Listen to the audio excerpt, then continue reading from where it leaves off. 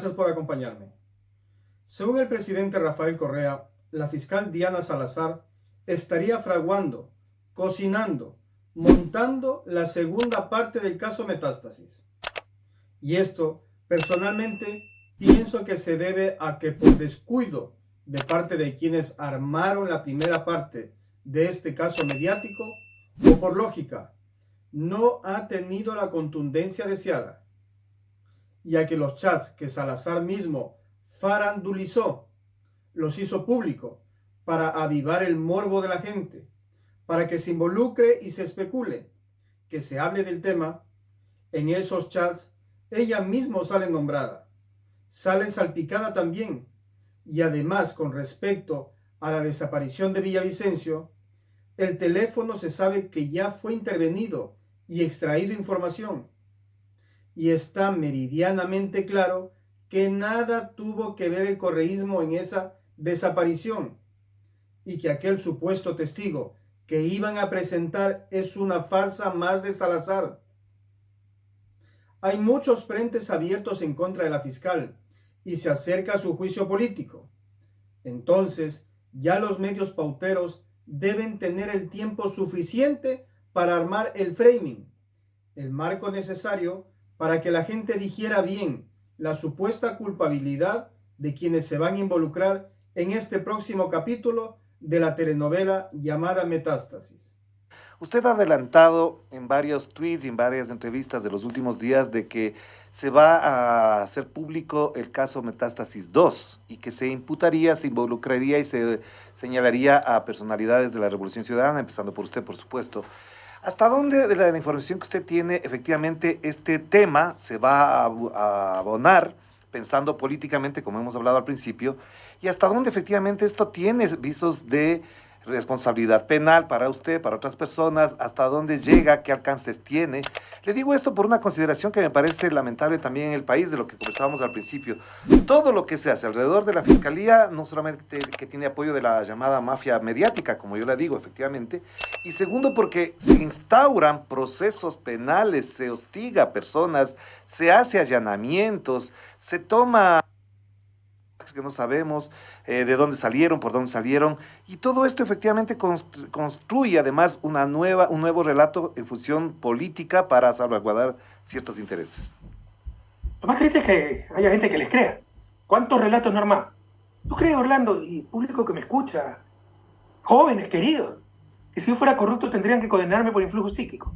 Y los que no creen, ahí está la sentencia, porque algunos dicen, no es verdad, fue por cohecho, sí.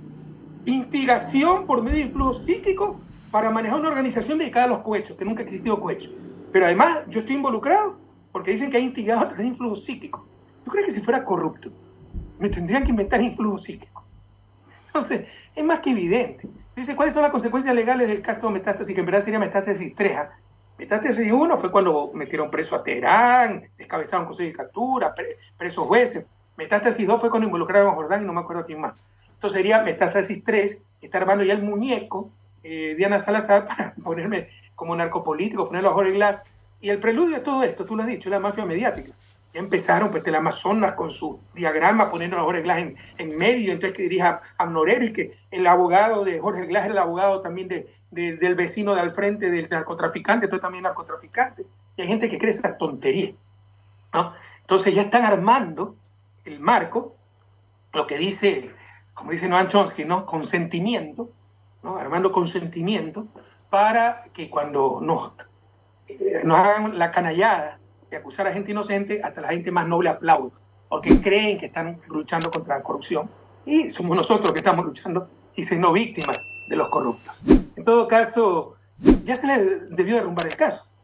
O sea, porque si Diana Salazar se basta en los chats y a mí me involucra estos chats de 17,000 chats, me nombran, creo, de acuerdo con lo que dijo Fiscalía 25 veces, Jordán, ella dice que es Jordán, conversando con el que dice que es Norero, que yo hablé con el de Bélgica, que lo tengo agarrado ni sé de dónde. Yo no conozco ese tipo.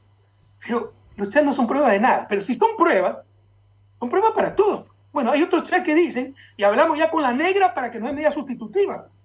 ¿De cuántas negras del país pueden dar medidas sustitutivas? Toda la fiscal, pues. Usted tiene que irse presa Diana Salazar. Pero estamos en el país del ketchup.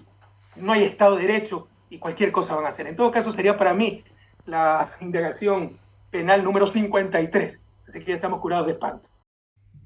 Y enlazando con el anterior comentario, les presento declaraciones del experto en informática Marcel Ramírez, quien vive en los Estados Unidos y es clara y públicamente opuesto al presidente Correa.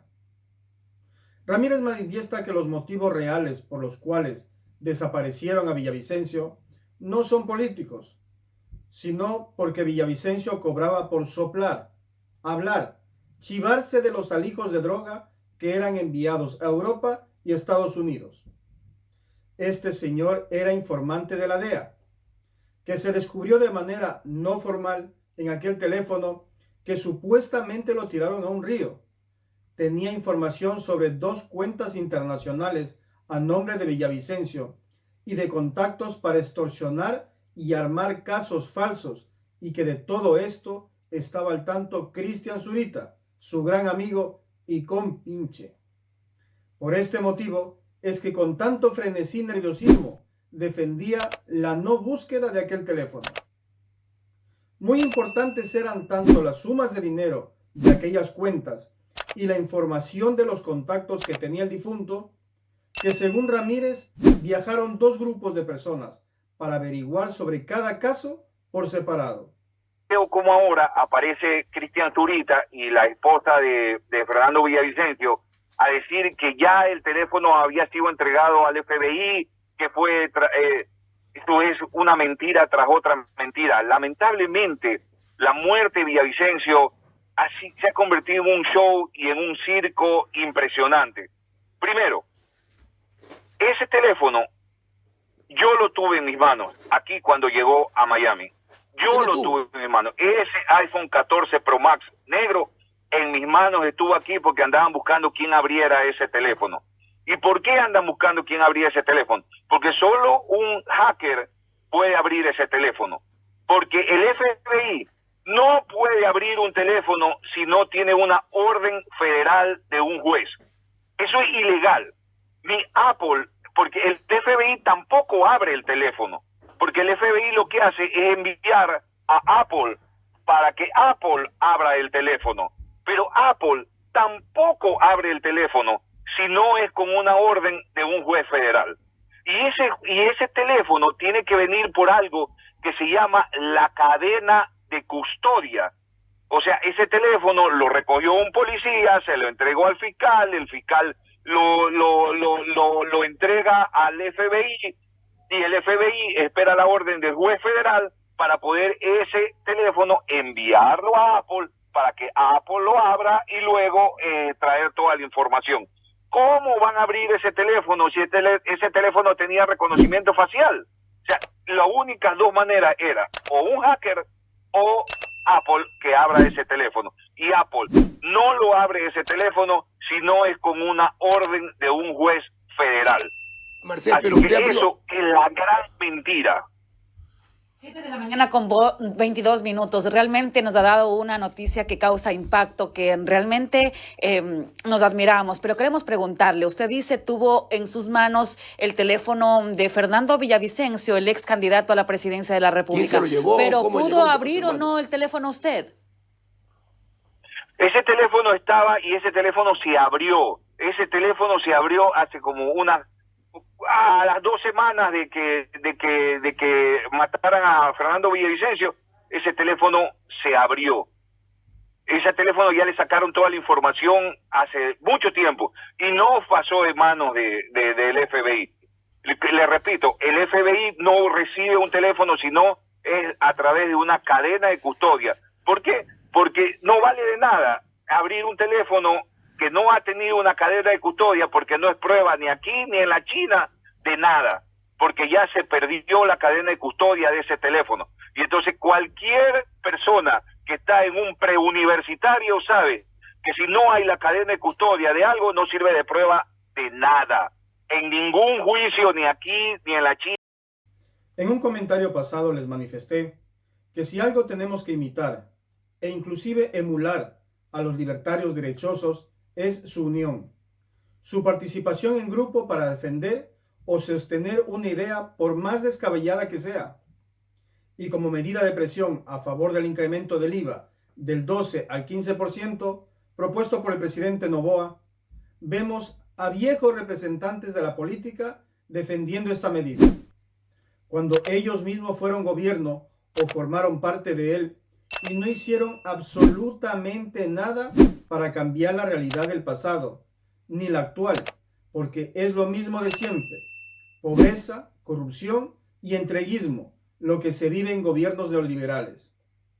Es patético que el tema de la desdolarización lo utilicen para amedrentar durante las elecciones y ya cuando son gobierno, para entucarnos una subida de impuestos. Estoy seguro que si Noboa empieza cobrando la deuda millonaria de muchas empresas, incluidas las de su papi Álvaro, y después propone un aumento de impuestos, los ecuatorianos quizás aceptábamos, pero estamos cansados de ser el pueblo quien arrime el hombro y los ricos nada de nada. Escuchen a Osvaldo Hurtado. En los 40 y casi 5 años del presente periodo democrático, nunca el Estado, el gobierno, dejó de pagar sueldos. Jamás. Esta es la primera vez. Y señalo el hecho porque es una muestra muy gráfica del grado de pobreza en la que se encuentra la caja fiscal. O sea, el país está en bancarrota, pero si él mismo no solo pidió votar por Lasso, sino que hasta lo asesoró y su grupo Cordes manejó la economía de Lasso. Incluso, el hijo de Hurtado trabajó en el despacho presidencial de Lasso. Además, Hurtado siempre decía que Lasso era un buen presidente. Pero tenemos que apreciar el hecho que de un hombre con tanto dinero, con tantas comodidades, las abandone para servir al país. Por eso votamos por él, sin duda, entre otras virtudes. Pero no es un mal presidente, Carlos. Pero ahora dice que Ecuador está al borde del precipicio y por eso se debe subir el IVA y eliminar los subsidios a los combustibles. Los culpables del desastre hoy salen como salvadores. Tenemos un milenio en Carondelet. No podemos esperar más. Necesitamos ahora darle la velocidad que corresponde a la gente joven. Por lo tanto, es necesario no atrancar las cosas, no seguir haciendo lo que se hizo en antaño. 3 puntos del IVA son necesarios ya.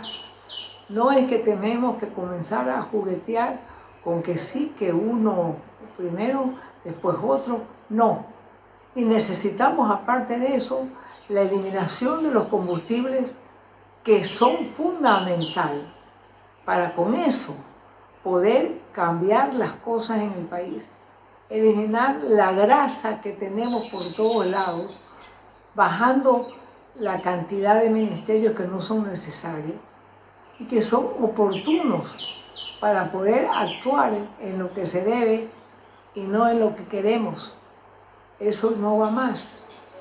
Millennials, empujen a Noboa. Es hora de no perder el tiempo, es hora de los puntos del IVA, es hora de eliminar los combustibles de los, digamos, diésel, etc. Y es hora de no perder tiempo y no pensar en qué dirán, hacerlo ya. Gracias por llegar hasta aquí, al final del vídeo. Les pido por favor, sigan participando con sus comentarios y likes. Así crecemos más. Seguimos mañana.